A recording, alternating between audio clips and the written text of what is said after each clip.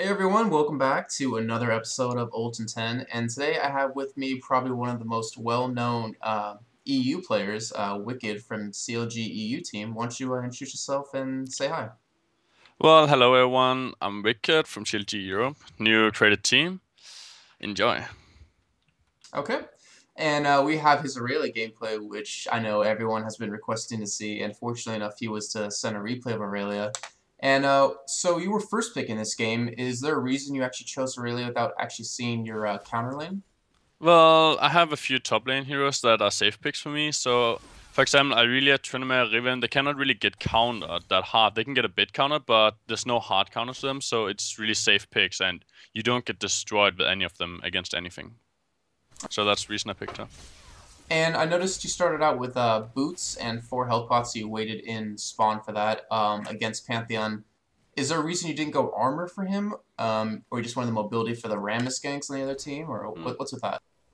Well, the thing is, armor is pretty good to run on its own. It's probably better to run armor against Pantheon, but I really like movement speed because if I jump in to take a creep kill or something and he got boots and I don't, he can just keep auto-attacking me while he's stronger than me and I have to run, and I'm just taking free damage out of that. So I always take boots just because I can do the same to him at the points where I get stronger, so it's just for safety. Oh, okay. Yeah, and the trading of damage, especially with Pantheon and a stun. I mean, you can Yep. outrun most of his abilities and auto attacks. As you can notice, like he didn't build boots, so he could never follow up on me. I could just run, and if he follows me, he'll take minion damage, meaning that I'm always safe. Like he can only jump and do his burst damage, and that's it. Right. And you guys you're playing really aggressive early on. Is there a reason behind that, or you just typically like to feel out your opponent?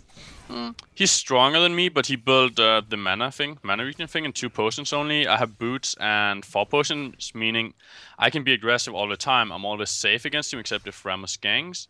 So there's no reason not to play aggressive. Okay, and your skills. I noticed you're leveling up your Hedon style first. Can you just explain that? I mean, I personally know why you're leveling up, but can you explain that for everyone else exactly like why that's your preferred Yeah, choice? sure. First level, I level up Q so I can stay on the bushes and just last hit with Q because it's so safe and simple. You don't have to risk anything. Then at level 2 and 3, I level up Hidden Style because you heal. Every time you hit a creep, you heal up, and the damage you do by it is 30 true damage at level 2. That's a huge damage burst. Plus, it works with your Q. So if you Q after you have your W activated, then you hit twice. That means 60 damage from it. And it's Okay, true damage. and it looks like that Pantheon, I believe, he doesn't have any armor items, but he still has 51 armor. So I believe he's using like an armor rune page to counter you, and that's also really good for that true damage on him, right? Yeah, it's really good to have true damage against that, but even if he didn't, I would have it anyway. He got 16 armor in runes and 2 in masteries, I can see. It's pretty easy to see what kind of masteries he got. He's running 21-9, most likely, or 21-2-7, but he got 2 at least in defense, and then he probably got minion damage. Right now, I'm just harassing Pantheon down to go to base. Yeah, this is one thing I wanted to talk about. You actually back, I believe, 4 times in lane, 4 or 5 times in lane phase, and I mean, as you Yep. just saw here, you got back to lane and then harassed him in the left lane. What's your strategy behind that? I Um, mean, you think you'd fall behind in levels and farm. yeah, but it's pretty simple. For example, right now, I just got back to the lane I backed before, then I pushed him back, and then I go back again because his wave is pushing mine, meaning all his creeps will kill all mine. Like, they'll just destroy them, like, kill 6 creeps or something, and I lose like 2 or 3 creeps to the tower, but that's not really much. Then overall, I'll get more creeps than he will because he lost a whole wave or 2 waves or something. Okay, so it helps keep that level advantage ahead of him, and you get to buy an extra item that will help you in a Yep. fight against him. Overall, it just gives me advantage and no disadvantages doing that. Plus, he'll be at my tower, meaning my jungler could gank him at any time right now. He'll be under risk, and while he's under my tower trying to last hit, he will actually just take damage from me, because if he hits me back, the tower will go crazy. True. And I could tell from earlier, watching this replay earlier, that you don't have any armor pen, you don't have any crit chance, any lifesteal, so obviously you're not in the offensive tree, and you're very heavy in the defensive tree. Do you always tend to run like a really defensive heavy Aurelia? I like defensive Aurelia because she got her true damage. She doesn't need the bonus AD. AD doesn't scale that good with her. AP doesn't scale that good. Like, nothing scales amazing with her. So you have the true damage anyway. All I want is to have defense because I tank more, obviously, and the creeps do way less damage to you. I think it's 4 less or something. That's a Yeah. huge amount of damage per creep. 4 damage per creep. There's like 7 creeps per wave. And now I died to Rammus because I overextend. But that's the risk I take because, okay, I have to be aggressive all the time on him to win the lane. And okay, if Rammus ganks me, I might die, but that doesn't mean I lose the lane just because I die once. It shit happens. Yeah, unfortunately, it came like from lane, so it kind of Yep. was not preventable. But I mean, I But guess the overextending was the thing. yeah, no. But I also got 7 in utility to have the mana regen on Aurelia because she needs mana and it's just enough to keep her always enough mana, mainly, mostly. What kind of runes do you? I'm assuming you have a couple of different pages depending on who you're going against. But what's your like typical rune page you run for her? Mostly I just run full AD, armor, like AD in red and quints, armor in yellow, and blue is either armor or magic resist per level or pure magic resist. It depends if I lane against an AP or an AD. Like if I lane against a Bruiser, I use that. If I lane against an AP, I use AD in red and quints again, and then just full magic resist in everything else. And in the NA servers, there's typically it's typically stays with a bruiser top. But I know there's been like a little trend going towards putting like an AD carry top. Yeah, do you have like a hard time with those at all, or I mean, are those Uh, pretty easy to deal with? Really? Well, really, it's really easy to deal with because early game they shit on me. They're very stronger than me, but I just have to survive the early game, and I'll be stronger than them later on. So that's my goal against an AD top. It's just to survive the early game. Okay. Then later on, I'll have my items. I could even build a Sheen and I burst him down really easily. Yeah, I know you go for this game. You actually go for a Sheen into a Trinity Force. Do you typically go that kind of route with her? I mean, I know there's many routes you can go, but Well, really, you can go many routes, but because I'm against a Panther and he got his shield up, so I need to burst him down. I want the Sheen to have extra burst, because having anything else doesn't really make sense, because he blocks so often that the more burst you can put on him, the better it is. right, the consistent steady damage against Pantheon is kind of useless since he blocks a lot of it. Yep. And he got dodge boots as well, meaning he'll dodge so often, and he's lucky this game, so he dodges even more than normal. So yeah. I also noticed in this lane phase that you kind of brush camp a lot. I mean, I can understand because of all of his burst, but you kind of like just go in and out of the bushes. Can you explain that real quick, just to? I don't want him to just be able to see me all the time. I could have been basing while I'm in the bushes. That gives me a slight advantage, and I have nothing to do while I'm not in the bushes. Like I could stand in the lane and he sees me for no reason. Plus, if I'm in the lane, he could try to Q me all the time. If I'm in the bush, I know I'm not going to get hit by a Q. And he doesn't know exactly where I am in the bush, meaning if he goes for me, I could hit him back, I could stun him and just damage him and run. Because early game he didn't have the boots, now he does, so it doesn't really matter. But still, he doesn't see me and cannot cure me. That's very true. And I know that you saw him put a ward down in River. Do you typically like to help out your jungler, or do you just kind of deny him that vision by constantly getting a pink ward? Sometimes I buy pink wards just to put pressure, and also so the jungler can gank, of course, but I don't really care too much about the jungler ganking. It's more just to be like, he's going to feel unsafe in the lane and going to play completely different by having no vision. And I know right here that you actually get a kill on him. Can you talk a little bit about setting up a kill? I know with Aurelia it's really important where your health is at and Yeah, sensitive for your right now stun. the thing is, he uses a Q on me, and he doesn't have his block thing up, meaning he doesn't have anything. Like, he just used his Q, he doesn't have block on, and by using his Q, he made me lower HP than him. So I flash onto him, I have a sure stun because I'm lower HP now, and he's so low that I can just burst him down because of that Q he did. If he hadn't done the Q, I would never have killed him. So I only killed him because he actually damaged me. Do you typically try to keep your health purposely low just for that reason, or do you kind of like to give them a false insecurity where that they can kill you? Mm-hmm. It depends on the situation. Like, as he had pushed me and so on, if a jungler came or something, they could just dive me mostly. So it's risk. And I don't really try to keep my health low. I had health potions, so I could just have popped them. I believe, I'm not sure, but I think I had. But I didn't have a reason to do so, because if you do a Q, I knew I could kill him. Well, basically we timed the blue and we just go down to try and take it. We just killed middle, so we have a safe blue here. And getting the enemy's blue is huge, because if enemy comes to try and stop us now, we can kill them. If they don't come, well, we get a free blue. Rammus steals the blue, I'm not sure, maybe. I'm not sure who got the blue, to be honest. Yeah, Rammus stole the blue with the smite, means our Shyvana fucked up, she should have smited it. But still, if you get that blue, or even if you don't get it, putting the pressure on them will always make them feel, fuck, we lost this blue, or that was really hard, and it will impact them the entire game. Yeah, I have the chat actually taken off in the video, but I know you actually do time it for your team. And one thing you didn't mention is that you also force the jungler to take that blue, which means middle doesn't get that blue and get that Yep. kind of advantage in a one-on-one fight. Yeah, because like Rammus can't use the blue for as much as the mid lane. Like, what is Rammus going to use the blue for? He's going to run around the jungle, yeah, and then gank. You'll have mana anyway. He doesn't need it as much. But the mid lane, if our Morgana gets our blue, it's going to be huge for her. She's going to be like, I have a blue, I have infinite mana, I can just use all my abilities whenever I want. While the Orianna have to actually care about her mana. Okay, so now we're back, and we are still in the laning phase. Generally in the laning phase for you. 20 minutes in. Pantheon has got a couple of items. You've gotten your Triforce. Typically, what's your goals mid to late game here? Right now, my goal is either to keep Penfern out of XP because he's behind me. Like, he cannot get close to the creeps without me owning him up right now because he's so weak compared to me that I'll win every fight we go for.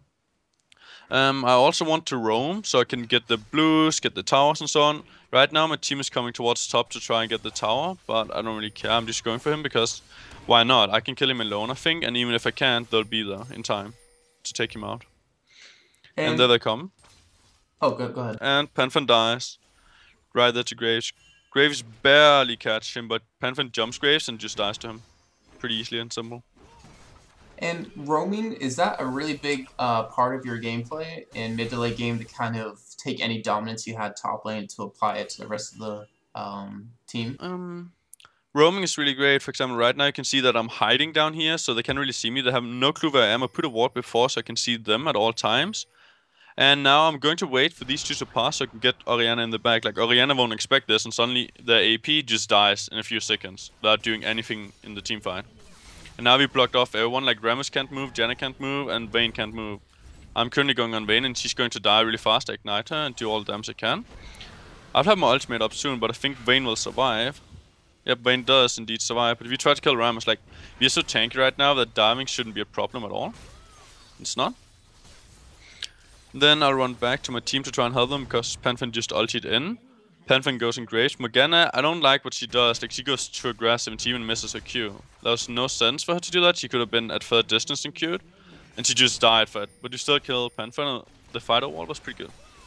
And luckily you ended up getting that blue that Morgana had. The blue is pretty good on a really in laning phase, but later on it's not that important. It's not that important on me. Okay, what's your views on Triforce versus Atmogs or Fromos? And if anyone is listening that doesn't understand, Atmogs is when you get Atmos Impaler and Warmongs, and Fromos, I don't know if I'm saying that correctly, is when you get Frozen Mallet and Atmos. Yeah. Well, the thing is, the Frozen Mallet, I don't like Warmox Atmos at all. I think it's bad because it doesn't help you at all, I think. I feel like it's just shit. It just makes you tanky, no resistances except a bit of armor, and really no damage with it. And the Fratmos, I really like that because it gives you a 100% slow. You can slow them all the time, and you can just stick to them. Like, for example, if they have a Tryndamere who relies so much on attack speed and movement speed to hit people, like, if you slow him down with that, he cannot hit, and he's not going to do any damage. While you still do damage to him, the only one he can hit is you, and you can just build armor to counter that. And right here, your team's trying to get Dragon, and you kind of get aggressive to hold them off. And what's funny is that you're not even that tanky, and yet you can still take all this damage and kind of hold them off. Well, the thing is, I'm not that tanky, but I'm still more tanky than everyone else, and the enemy doesn't want to focus Aurelia because I'm going to hurt, but if they focus me, my team is going to hurt as fuck. They have to focus everyone at the same time. Plus, I'm not that squishy. I got 2.3k HP if I pop my potion, or my elixir, and I have a bit of lifesteal, my ultimate and my W in general. So I'm not that squishy, and my team can easily bring them down because we're already a bit ahead. Right now, we killed them all, so we just go to do Baron. Pretty easily and simple. Yeah, and you also have, I believe, a huge level advantage over them as well. You're the highest level in the game by quite a bit. So that definitely doesn't suck as well. Well, I'm 3 levels ahead of the enemy's highest level, so I'm way ahead of them in that point as well. And they're really underfarmed in general right now. And it looks like you're picking up a Wit's End. What's your views on Wit's End versus Onyx Spark? I believe you were just saying it's not actually out on the EU server, but do you plan on actually like looking at that item in depth to see how well it works on Aurelia? I'll try it out and see how it works. I might go both. It depends how good it is. Like, I think Vitsend and Ionic Spark could work together, like having both of them, because they both work with attack speed, and I really, really benefit from that. And well, why is attack speed so good on her? Just for the people who don't necessarily understand how Aurelia works too well. Well, the attack speed is good because it works with the W, and since they buy Vitsend already, the attack speed works with Vitsend as well. So the attack speed is going to work with everything I already have. Okay, and also, I believe I said this earlier, is that it kind of acts as like a Wriggles for you because your auto attacks with your heat and style, like the passive, restores your health. So you kind of Yeah. have like a steady stream of lifesteal with the more attack speed you have, since it's not based on Yep. attack damage. It's 26 per 1 attack speed, so it's around 32 right now, something like that. So it's really much. It's not that much, but it's still a lot. Like 32 lifesteal is a lot. At this point, I just overextend bottom and I just die.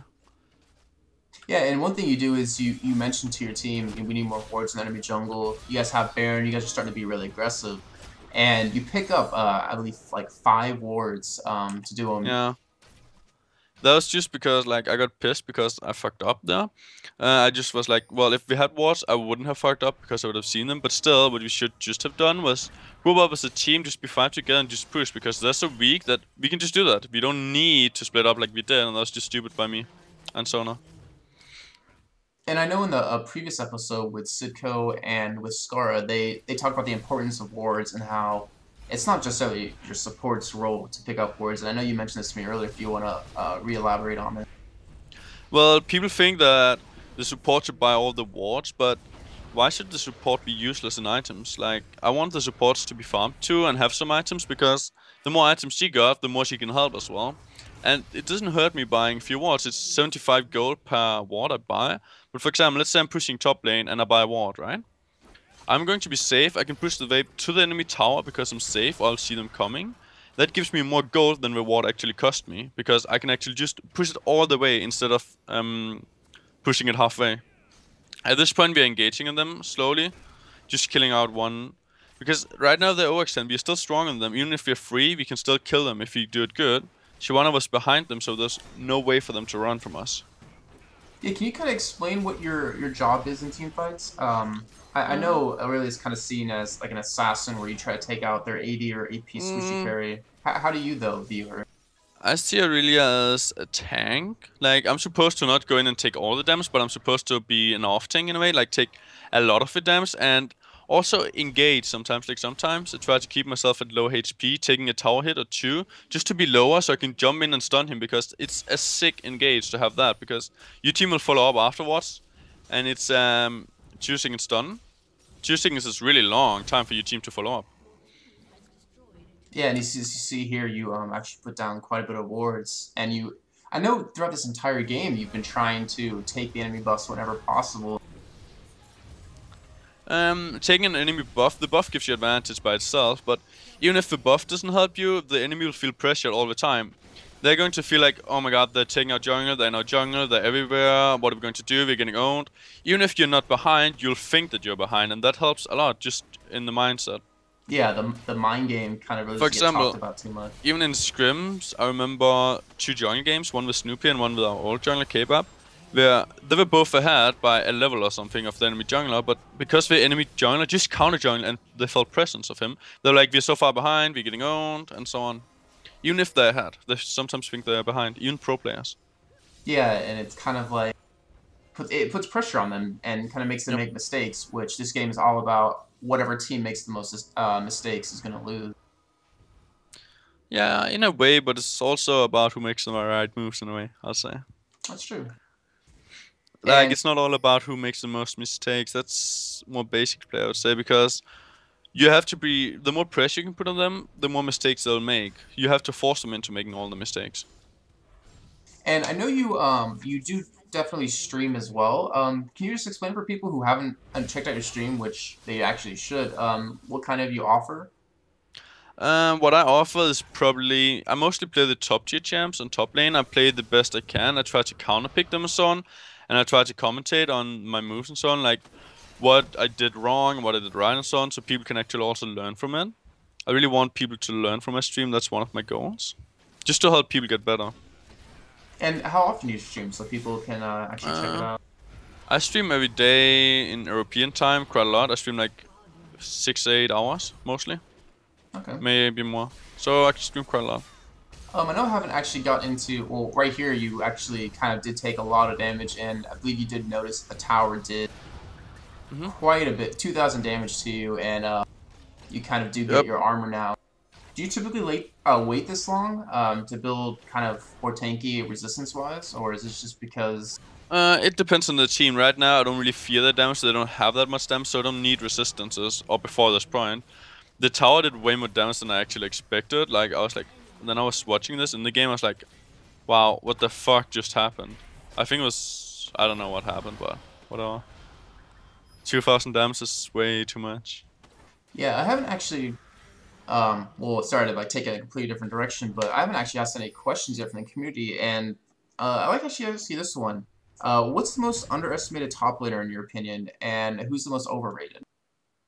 Hmm, I think overrated and underrated depends on the actual players. For example, I think I overrate Kennen myself because I'm like, dude, he's so impossible to lane against. He's so annoying because he puts so much pressure on you. He's a pain in the ass to lane against in general. Like he's just annoying as fuck. Underrated, I don't really know who's the most underrated because I don't think I underrate any of the champs, and I don't really know who the community thinks because they always say different heroes. Like for example, the community is like, Trinum is so OP, you just have to right click R, and you win the game. But that's not really true. You have to do a lot more. You have to use your W because it actually reduces 100 AD of the entire enemy team if you do it right for 4 seconds. So I think Trinum might be the most overrated. What about Olaf? I mean we don't really see Olaf top too much, but I know that he is a very strong top laner. Olaf is pretty strong. At this point in the game, I'll just tell you on that first. I try to bait the enemy away because we do Baron, and if I can bait the enemy away, I can even get in their back as a tank, so they cannot escape at this point. Right now, we have them from all angles. My team is going to get chased down. I'm just like, fuck my team and just go for the Nexus. Because I think they can at least get one tower. I'm pretty sure I can get at least one tower. We got the Baron, so we already won. Even if we lose half my team now, we already won from it. Yeah, you But also Tier, yeah. put pressure on their team to have to back. Like they Yep. cannot chase your team who just got Baron, who is I mean decently low, but they can't Yep. fully commit on that team because you're taking down their Nexus turrets. Yep. That as well, and we even get to kill Pantheon out of that. But to your question, Olaf is pretty strong, but I think he's boring to play, so I don't really want to get into him. I have no reason to play something that's boring if it's not known as strong, because why would I make something strong that I actually don't want to play? True, yeah. I mean, you definitely have to enjoy what you're doing to play the Yep. game as much as you play. And we actually have another question here from Mochaman 3121, and he's asking about Aurelia and are you supposed to be kind of aggressive as a top laner and act like kind of a kill lane, trying to constantly go for kills? And if not, what's your like goal in lane? My goal in lane is it depends on who I'm laning against. For example, if I lane against Riven, the best is to be defensive, like just let her be aggressive on me, and then once she makes a mistake, I go aggressive on her, and she have to back all the time. Because if she's at my tower, I can own her harder, because she cannot really damage me, and I have a sure stun if she damages me a bit, and she don't want to get under my tower being stunned. Yeah, and as you see right here, you mentioned earlier. Sorry to go back to this, but Hmm. how if you kind of engage depending on the situation because you have like a 2 second stun, and right there you flash and Yep. Blaze Surge and Equilibrium Strike to Oriana to give that 2 second stun. And your team followed up for an easy kill. Yep. As I said, it's a really good engage. Even the flash, like even if it's 5-8, it's 2 whole seconds. Except if I got merged, it's 1 point something seconds. But it's so long time that they cannot do anything. It's a really great stun. All right. Well, everyone, that is the end of the show. Is there anything you'd like to say before we kind of cut out and end the show? Like my fan page and watch my stream, guys. It's awesome. Yeah, definitely check out his Facebook page. I believe he does post when he is streaming there, and also for any Yep. updates on CLG EU as well. Yep. Check out the Um, website as well, yeah. yeah, Sure. And thank you everyone for watching. This has been Ult In Ten.